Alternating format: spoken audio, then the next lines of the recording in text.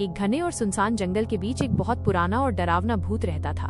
उस भूत का नाम साया था, जो रात के घने अंधेरे में अक्सर अकेले घूमता रहता था। वैसे तो भूतों को इंसानों को डराना पसंद होता है, लेकिन हमारे इस भूत को खाने पीने का बहुत शौक था। एक सुहानी और ठंडी रात को साया भूत को अचानक बहुत तेज भूख लगी, जिससे उसका पेट जोर जोर से गुड़गुड़ाने लगा। उसने सोचा कि रोज रोज वही पुराना इंसानी डर और हवा का सूप पीकर वो पूरी तरह से ऊब चुका है, इसलिए आज कुछ नया और बहुत ही मजेदार आजमाना चाहिए। तभी अचानक उसके दिमाग में एक शानदार विचार आया कि क्यों न आज इंसानों की दुनिया का सबसे मशहूर और स्वादिष्ट खाना मंगवाया जाए। उसने इंसानों को अक्सर एक गोल, बड़ी और पनीर से भरी हुई चीज खाते देखा था, जिसे वे सब बहुत चाव से पिज़्ज़ा कहते थे। भूत ने तुरंत अपना जादुई और चमकीला फोन निकाला, जो उसने एक बार किसी डरपोक मुसाफिर से जंगल में डराकर हासिल किया था। उसने पिज़्ज़ा वाली दुकान का पता लगाया और अपनी भारी गूंजती हुई आवाज में सीधे दुकान के मालिक को फोन मिला दिया। जब दुकान के कर्मचारी ने फोन उठाया तो भूत की भयानक और कंपकपाती आवाज सुनकर उसके रोंगटे खड़े हो गए और वो बुरी तरह डर गया। भूत ने बहुत ही अदब से लेकिन डरावने लहजे में कहा कि मुझे एक बहुत बड़ा, गर्मा गर्म और पनीर से भरपूर पिज़्ज़ा चाहिए, जिस पर ढेर सारी शिमला मिर्च, प्याज और टमाटर सजे हों। बेचारे कर्मचारी की घबराहट के मारे सिट्टी पिट्टी गुम हो गई थी, लेकिन उसने हिम्मत जुटाकर भूत से उसका पूरा पता और नाम पूछा। भूत ने हंसते हुए जवाब दिया कि मैं घने जंगल के ठीक बीचों बीच बने उस पुराने खंडहर और काले महल में रहता हूँ, जहाँ कोई भी इंसान आने से कतराता है।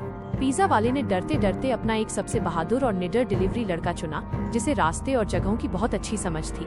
उस लड़के ने पिज़्ज़ा का डिब्बा उठाया, अपनी मोटरसाइकिल चालू की और तेजी से उस सुनसान, खौफनाक और अंधेरे जंगल की तरफ निकल पड़ा। रात बहुत गहरी थी, हर तरफ सन्नाटा पसरा हुआ था। केवल झींगुरों की आवाजें और सूखी पत्तियों के सरसराने की डरावनी आवाज आ रही थी। जैसे जैसे वो लड़का उस खंडहर महल के करीब पहुंच रहा था, उसके दिल की धड़कनें बहुत तेज होती जा रही थी और माथे पर पसीना आ रहा था। आखिरकार वो लड़का उस खौफनाक महल के मुख्य दरवाजे पर पहुंच गया, जहां चमगादड़ उड़ रहे थे और चारों तरफ अजीब सी धुंध फैली हुई थी।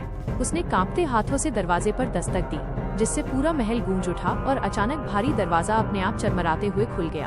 अंदर कदम रखते ही उसके सामने हवा में तैरता हुआ एक विशाल, सफेद और डरावना भूत प्रकट हो गया, जिसकी आंखें अंगारे की तरह लाल चमक रही थीं। लड़का बुरी तरह डर गया और उसके हाथ से पिज़्ज़ा का डिब्बा छूटने ही वाला था, लेकिन भूत ने अपनी जादुई शक्तियों से उसे हवा में ही संभाल लिया।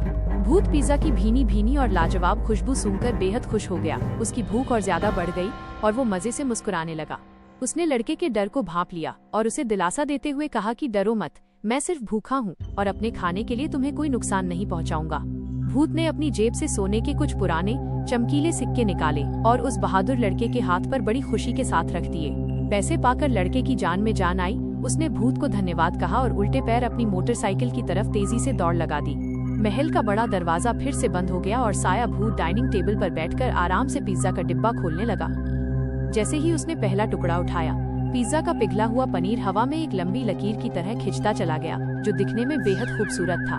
भूत ने पिज़्ज़ा का पहला निवाला अपने मुंह में रखा और स्वाद के मारे उसकी आंखें बंद हो गईं। उसे लगा कि उसने जिंदगी में इससे बेहतर चीज कभी नहीं चखी। उसने एक एक करके पिज़्ज़ा के सारे टुकड़े बड़ी ही फुर्ती और मजे के साथ साफ कर दिए, जिससे उसका पेट पूरी तरह भर गया। खाना खत्म करने के बाद भूत ने एक गहरी और संतुष्ट डकार ली, जिससे महल की कुछ पुरानी खिड़कियां और कांच के बर्तन हिलने लगे। वो इतना खुश था कि उसने फैसला किया कि अब से वो हर हफ्ते इसी तरह इंसानों का पिज़्ज़ा मंगवाकर खाया करेगा।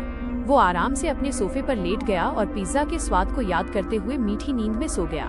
उस दिन के बाद से उस जंगल के भूत की डरावनी कहानियों में एक मजेदार बात और जुड़ गई कि ये भूत इंसानों को नहीं, बल्कि पिज़्ज़ा को अपना शिकार बनाता है।